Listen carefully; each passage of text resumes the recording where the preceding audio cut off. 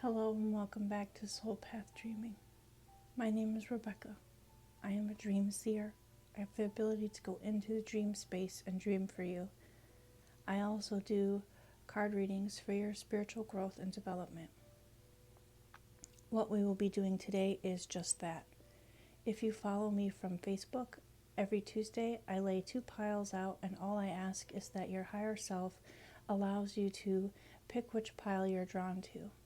There is normally some sort of message for your spiritual growth and development there. The remaining pile gets recorded for YouTube, and the pile with the most votes gets read live every Wednesday. Also on Sundays we do a live community read for the Human Collective. So, with that being said, let's hop right into today's reading.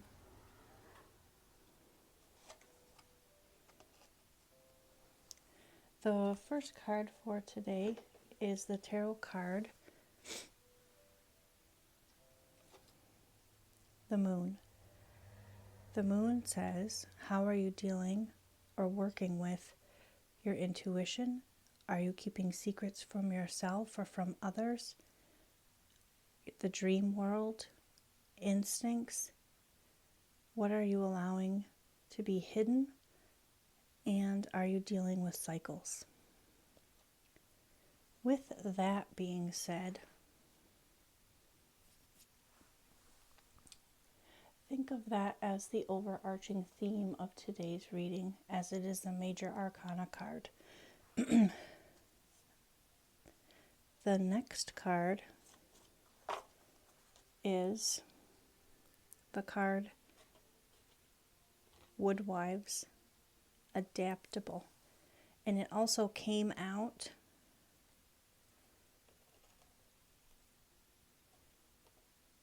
with this gathering around, and it says the power of community.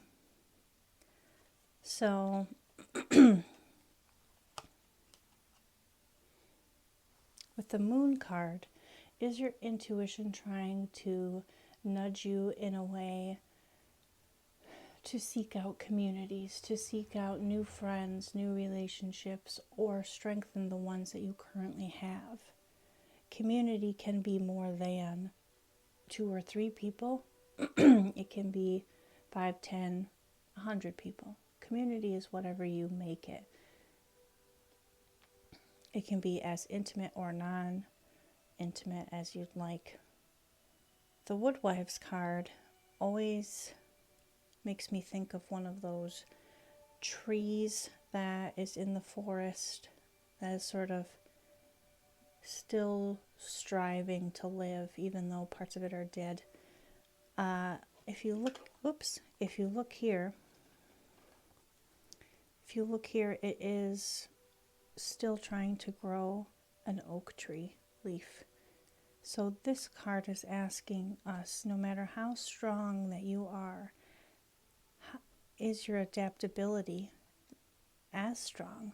Can you be adaptable in a world that is sometimes not allowing you to do so, where it sort of forces you to be a certain kind of way? Can you step out of that programming? Can you find a community or a group of people that allow you to do that? Actually, I don't like that there.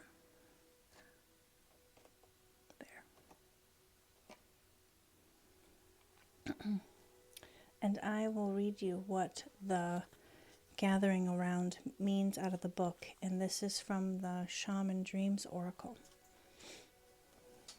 Gathering around, the power of community, being safe and secure, allowing help. And this is a big one for a lot of people. I know myself personally, I have a hard time asking for help. But when you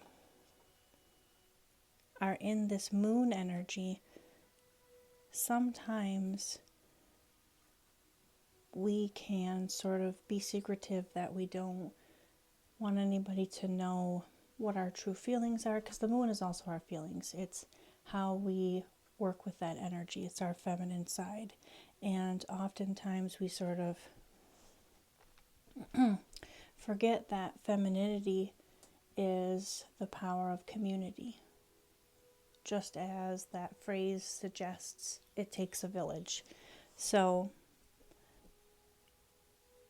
when we allow ourselves to ask for help, this allows us to be more adaptable, which also helps us to ground our energy down.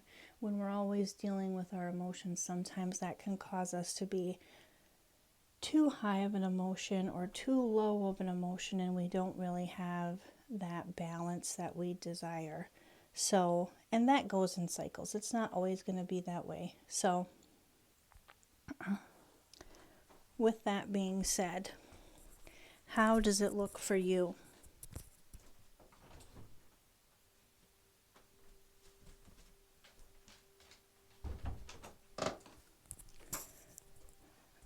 Ask yourself, in what aspect of my life do I have certain cycles where I could ask for help? I could build a new community around whatever it is I'm trying to strive for.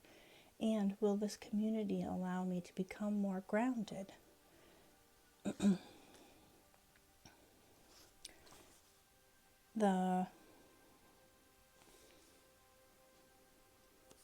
And I did want to read the first couple sentences of this. It says, there are times when you need positive reinforcements from others. Perhaps your journey has just made you tired, just before reaching the proverbial finish line, where your friends await to cheer your arrival.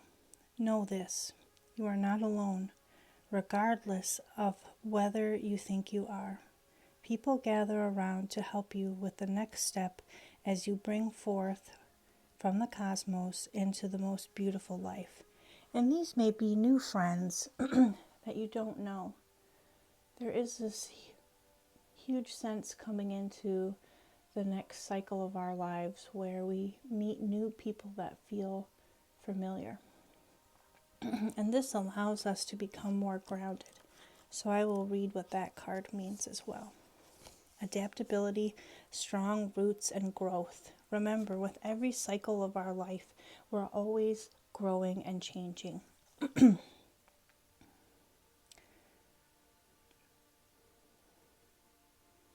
The Woodwives dances into your dream as a reminder to be grounded no matter what life offers you. You need to know who you are and what you tolerate and what you've learned to date and what boundaries to set so you feel good about yourself. Life is going to offer you something extraordinary now, and in order to learn and receive its blessing, you must remember that being grounded gives you more freedom, not less. So that leads us to the next two cards, which is, do you have, this card is Coyote, and it says grit.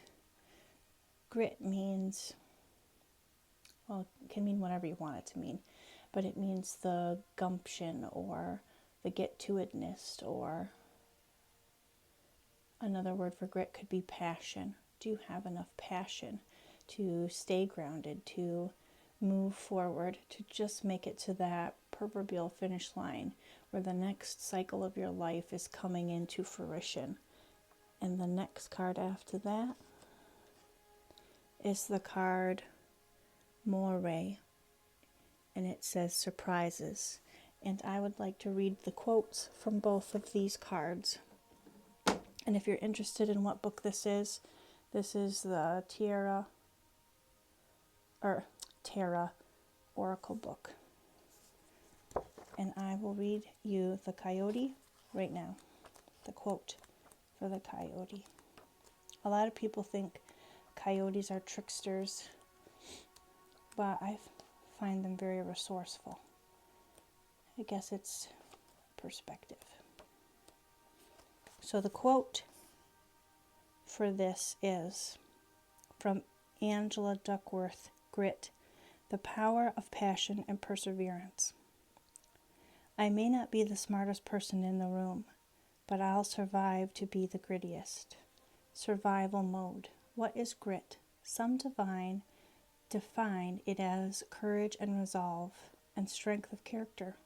No animal embodies these definitions quite like the fearless coyote. This survivor is fascinating for many reasons. Threatened territory, formidable predators are just some of what seeks to hinder this animal's adaptability to thrive. You may not be the biggest, best, or smartest in the room yet, but with a little grit, anything is possible. This card calls you to defy odds, to prove everyone who doubted you wrong. Show up and put more effort into the room. Strive to stand out, not for being the best, but for caring the most. And the Moray says, I feel like the Coyote is not really an ego-based card as it is a sense of self, how you identify yourself, how you ground down into who you are as an individual, a human person experiencing spirituality, or you can say it the other way, a spiritual person experiencing a human being. I'm having trouble finding this. Oh, here it is. Nope, that's Monarch.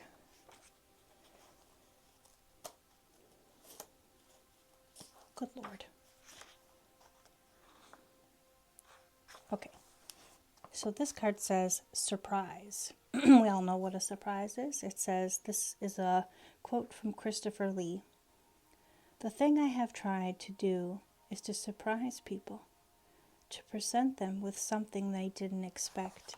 And that's sort of what the Coyote is saying. The Coyote is saying, give your all, defy all odds, surprise them with how amazing you really are. Not in an egocentrical way, but more in a way of, I did this for myself and you can too. So, the passage that I am drawn to is called, But Wait, There's More. This card can warn of delays or obstacles. The Moray's prey isn't met with just one scary bite, but two. The Moray has an extra set of jaws, the second acting like a suction cup, drawing the prey down their throat. If you have been hit with an unexpected surprise, it could just be around the corner. While delays and unforeseen circumstances can catch you off guard, try taking things as they come. Don't become too fixated on the future. This card can come as cold as water to the face. It's time to wake up and look around. With adequate preparation and attention, you can minimize any inconveniences that come your way. You may be surprised at what you can ultimately become a blessing. So this too also talks about being in a state of flow or now. Another word for it is staying present. When you allow yourself to stay present, you work really well with your intuition and your instincts.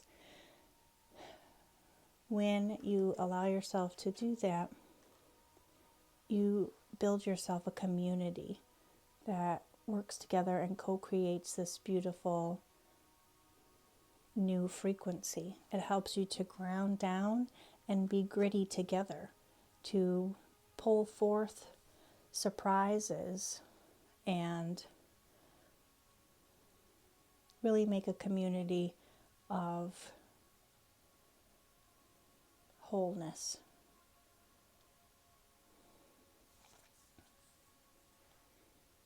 The last card is the card Rainbow. It's card 41. The card Rainbow, I don't ever look it up in the book because rainbows mean so many things to so many people. But this particular card really fits in very well because if you take this card out, all of this is talking about change. All of this is talking about if you have a minor setback, How can you stay grounded and keep pushing forward? If you are caught off guard by something, how can you reach out to your community and ask for help and still remain true to who you are as a human person? This card embodies all of that. It says, how can you have faith? How can you love yourself enough to be slow and steady and keep hope for yourself? But I will read this card for y'all. The rainbow symbolizes the 7 steps of the true spiritual path, which manifests as colors of the 7 chakras. In the Himalayas, the rainbow body is seen as a full realization of our essence. The rainbow also represents a bridge between the physical and the spiritual world. At the end of our lives, we journey across the rainbow bridge to the highest heavenly realms. When the rainbow appears, my heater just kicked in. When the rainbow appears, it is an affirmation that all is well and you are on the right path with spirit. The medicine for this card says, don't get caught up in a pursuit of illusion of the pot of gold at the end of the rainbow.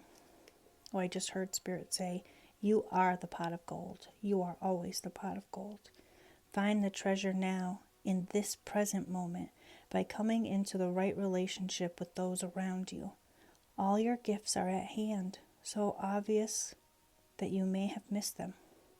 Be true within your intentions, and do not be led astray by daydreams. So again, this card is reminding us and asking us, where can we become a little more grounded in our desires and know that everything goes in cycles. You will have a winning season, a learning season, and a losing season, and then a season of just stillness. All of this is purposeful. All of this is how we learn to create. The moon is our feminine energy. It's how we plant seeds in the dark so that our masculine energy can go forth and bring to fruition what we desire. So, if you found this reading helpful, please give it a like, a subscribe, or a thumbs up, or share it out. If you're interested in more readings, we're a lot more upbeat on our Facebook page, where we do all kinds of things over there. Come on over. We'd be happy to have you. On that note, namaste.